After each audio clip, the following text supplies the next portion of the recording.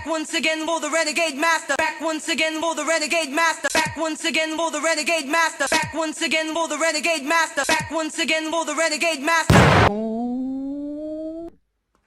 Hello my renegades and welcome back. And what are we getting into today? I hear you ask. We are getting into Love is Blind season 6 and we are now on episode 5. Before we get into that episode, as I always ask, and I am loving that people are starting to do so, so thank you and welcome to the Renegade Army. Please hit that subscribe button. Please hit that notification button so you know I'm on and doing videos. And let's get into the episode, shall we? So, it left off on the last episode that Chelsea was going to go into whichever guy's pod she was going into. So you had Trevor and Jimmy waiting. So who do you think she was going to choose? Not the good one. She didn't choose the good one, no. Madam Fifi chose Jimmy. So she's sitting, listening to his spiel, and she basically acts all shocked. She did not realise Jimmy was going to ask her to marry him. And that he did.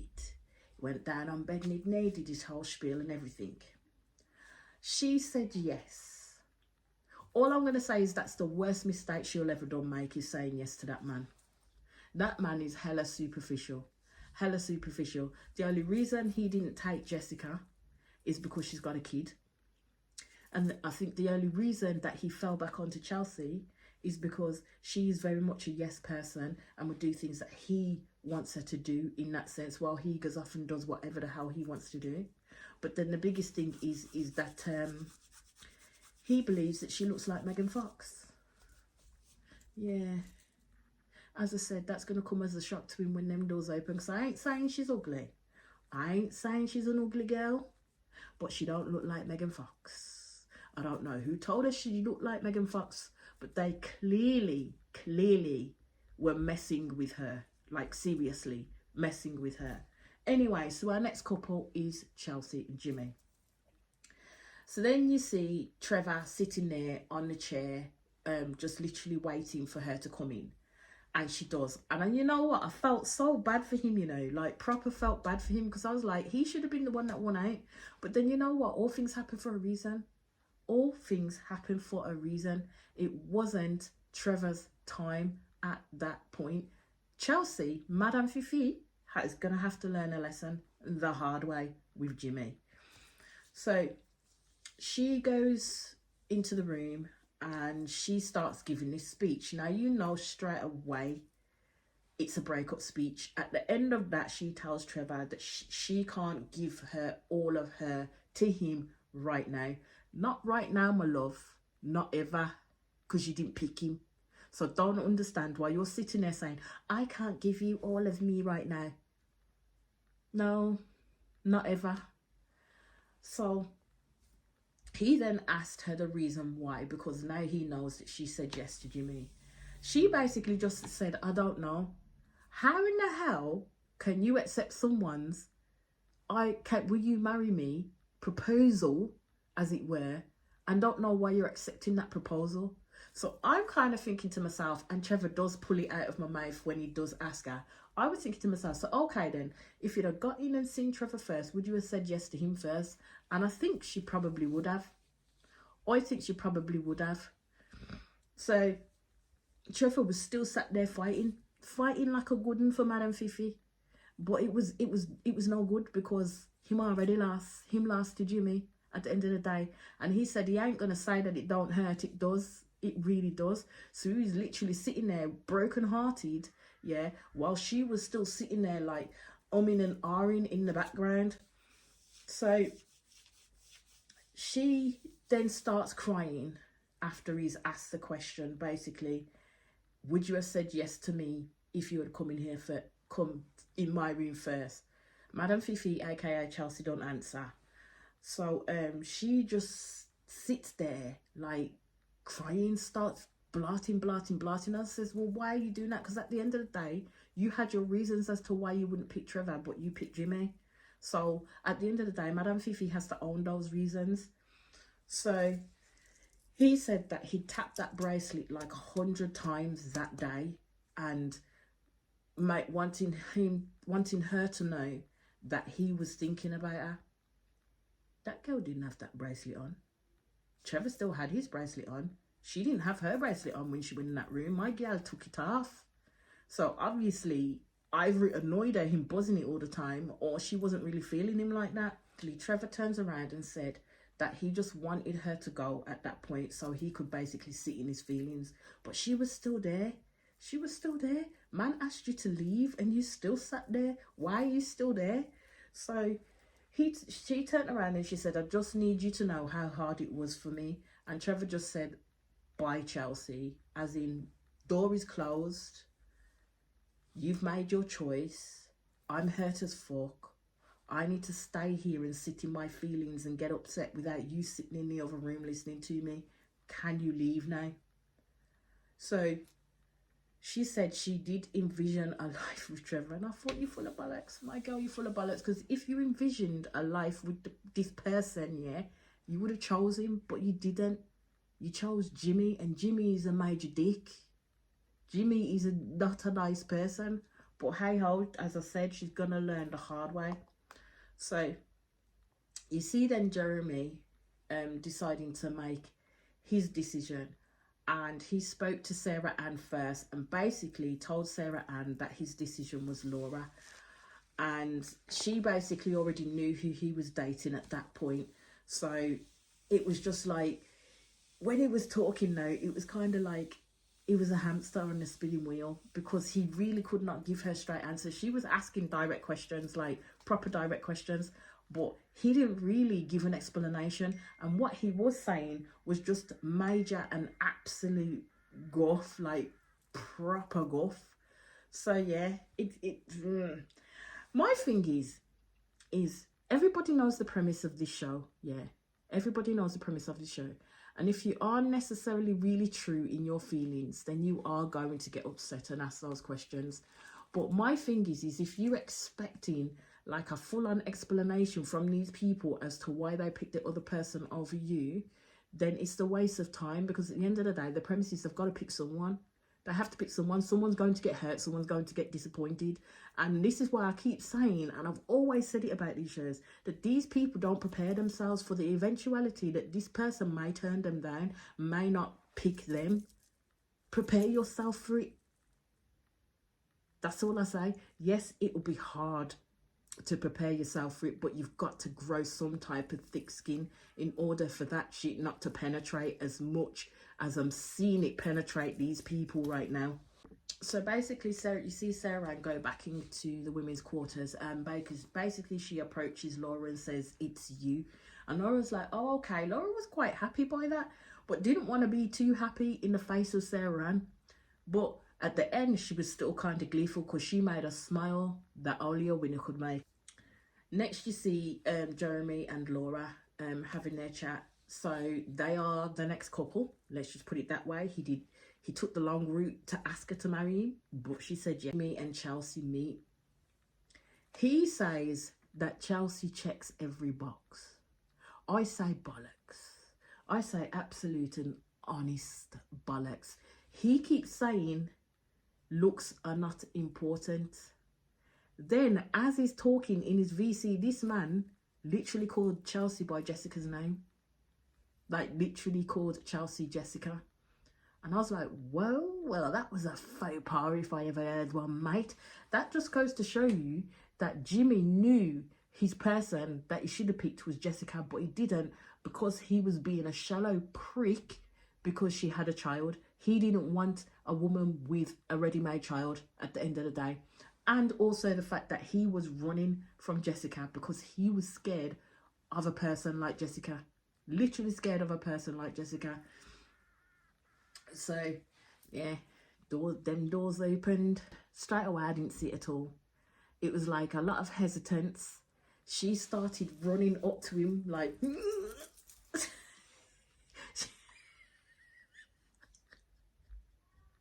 She did say she looked like a fucking dinosaur, and she did. She looked like a pterodactyl gone wrong trying to run up to him, yeah.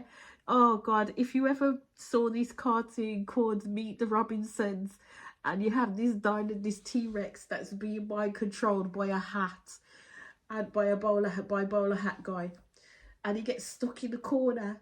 And he says, why are you not doing anything? And he says, well, I've got a big head, little arms. So she was running.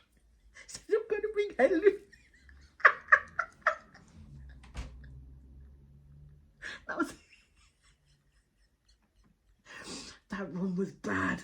That run was bad. And Jimmy was just looking... I don't know if Jimmy was trying to feign the excitement, but he was hella pissed because he did mention it throughout that shit, yeah. Even though he was saying he's attracted to her and stuff like that, he still tried to mention the fact that she told him a little lie, and he was like, what? She was like, what did I say? And he basically said it was something else, but it wasn't. It was because she now looked like Megan Fox, and that's what he was basing his whole meeting off of, and asking Chelsea to marry off of.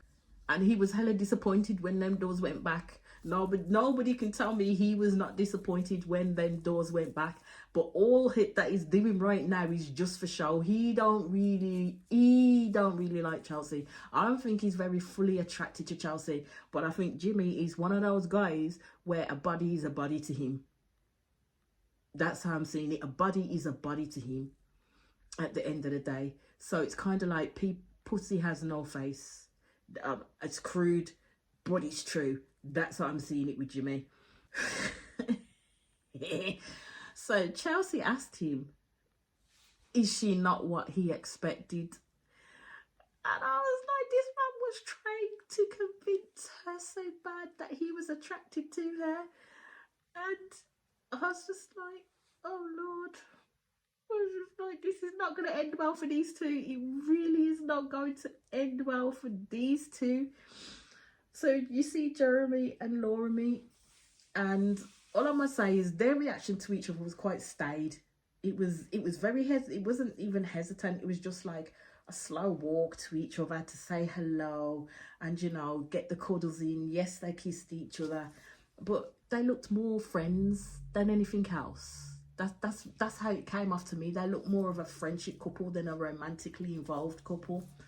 So he basically said that he is doing this only once. He wants to get married only once, and then he's done. So again, they had their conversations. So now we have 5 couples. We have Brittany and Kenneth, Heidi and Clay, Jeremy and Laura, Jimmy and Chelsea, and Amy and Johnny. So they've gone to the Dominican Republic for their honeymoon. I have to say, everybody's getting there, everybody's enjoying themselves. So Chelsea and Jimmy are in the room together, and this man just keeps on going on about looks. He keeps on going on about looks. At first he said he forgot what she looked like. So he says, not that it matters to me, not that it matters to me. That's his complete buzzword, is not that it matters to me. And then he turns around and says he has a bone to pick with Chelsea, and said that she was not supposed to tell anyone that he'd said I loved you once she got back into the women's quarters. But apparently someone out of thin air apparently told him that she'd run in there screaming, saying, oh, he said love me. No, actually, that didn't happen. No, that did not happen. Chelsea went in there with the view to tell somebody that Jimmy said I love you to her, so then it will get back to Jessica. But my question would be is, even if she did do that, what would it matter at the end of the day? Because you said those words, so why couldn't she go back and tell people that you said I love you? What you're hiding? What was Jimmy hiding by that fact? Why couldn't she go back and tell people? Those were the questions. The one thing that I have to say I didn't really like about Jimmy is the fact that he sat there and started to blast the conversations that he'd been having with Jessica and how Jessica behaved towards him in that regard. And Chelsea was literally sitting there listening to him and agreeing with him in certain situations. So I'm like, why are you bringing this girl up? Because at the end of the day, she ain't your concern. You didn't choose her. You chose Chelsea. So in essence, what he's telling me is, by his behaviour, is Jessica is still his number one. Like, seriously, still his number one. Jessica is still on his mind because he keeps bringing her up out of his lips. But Chelsea's not picking up on that factor at all. All I would say is Chelsea really needs to be listening to Jimmy when he speaks, because he actually told her that the day he said he loved her, that he had not made a decision. Like, he had not made a decision at all. And she went quiet on that, but she wasn't necessarily thinking. It was only because Jessica did what she did that he thought, oh shit, I don't know if I can deal with that, and ran. And the only other person he could run to was Chelsea. Yep. So Trevor was right when he said to Chelsea, why would you say yes to a man who couldn't even make his own mind up to whether he wanted you straight away when he was still trying to choose between you and another person? Why would you say yes to him? So then you see Jimmy go into the conversation that he had with Jess when Jessica tells him he's going to need an EpiPen to breathe again. The way Chelsea's face spun on him, I was like, this man is a big red flag walking. I'm telling you, when Jessica comes in, this man's going to go for her. Pure and simple, this man is going to go for her. And he's already putting the bones out there to Chelsea, but Chelsea's not picking up what he's putting down. Because I don't know what man on their honeymoon is going to bitch about another woman as much as he bitched about Jessica.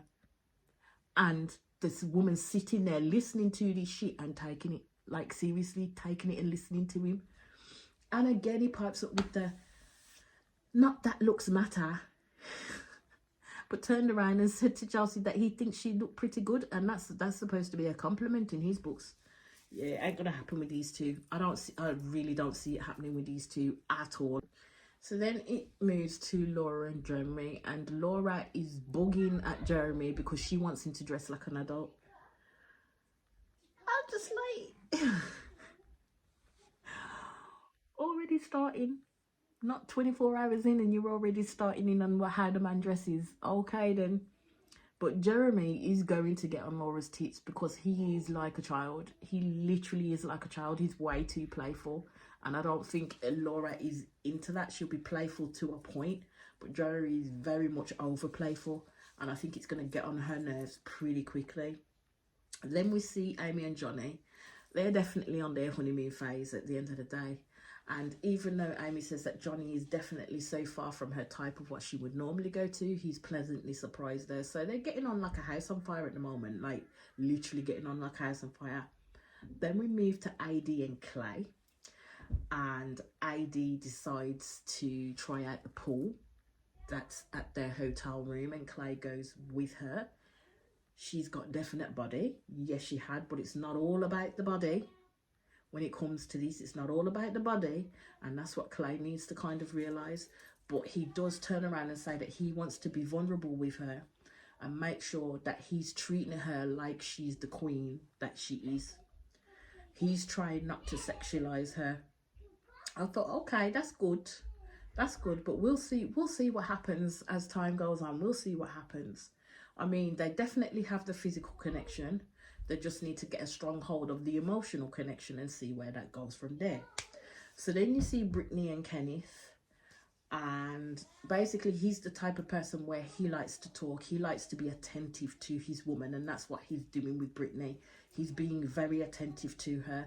So he says before they go to bed, he likes to each night unpack the day before they go to sleep. So they talk about each other. They talk about things that's happened around them. Yada, yada, yada, yada, yada, yada. You know what I mean? So then we get back to Chelsea and Jimmy. He makes me cringe, like full on cringe. It's the way he brushes his teeth as well. I'm just like, dude, are you wanting teeth in the morning? Because the way you're brushing them, you're going to brush them straight down your gullet, mate. So then you see Chelsea literally taking her stuff. She doesn't take her full makeup off, but she's taking her lashes off and everything like that. He basically shows her that he has psoriasis and that he hasn't been using any cream on it, so uses some hair cream. And then he stands there and starts blowing out his nose like a demented elephant. That's not attractive. He's not an attractive person. I'm sorry, he really is not an attractive person. He really isn't. Anyway, so they're lying in bed and Chelsea turns to him and says, so were you excited to see me? When the doors went back, my guy was silent. Like, he was hella silent at first. So she goes, does that mean no? And he was like, no, yes, I was. I says, what a way to be convincing, my guy, because that was not convincing at all. He's struggling like a mofo right now. So she says, well, what's the first thing that you noticed about me? He said, it's not very what was it? Did he say PC or something like that? You know what I mean. So he turned around and said the fact that she had big square teeth.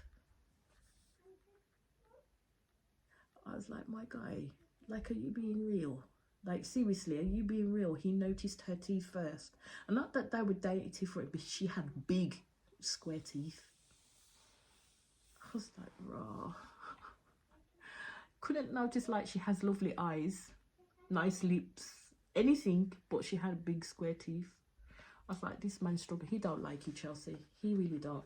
But then he turned around and basically said that he noticed their tits first.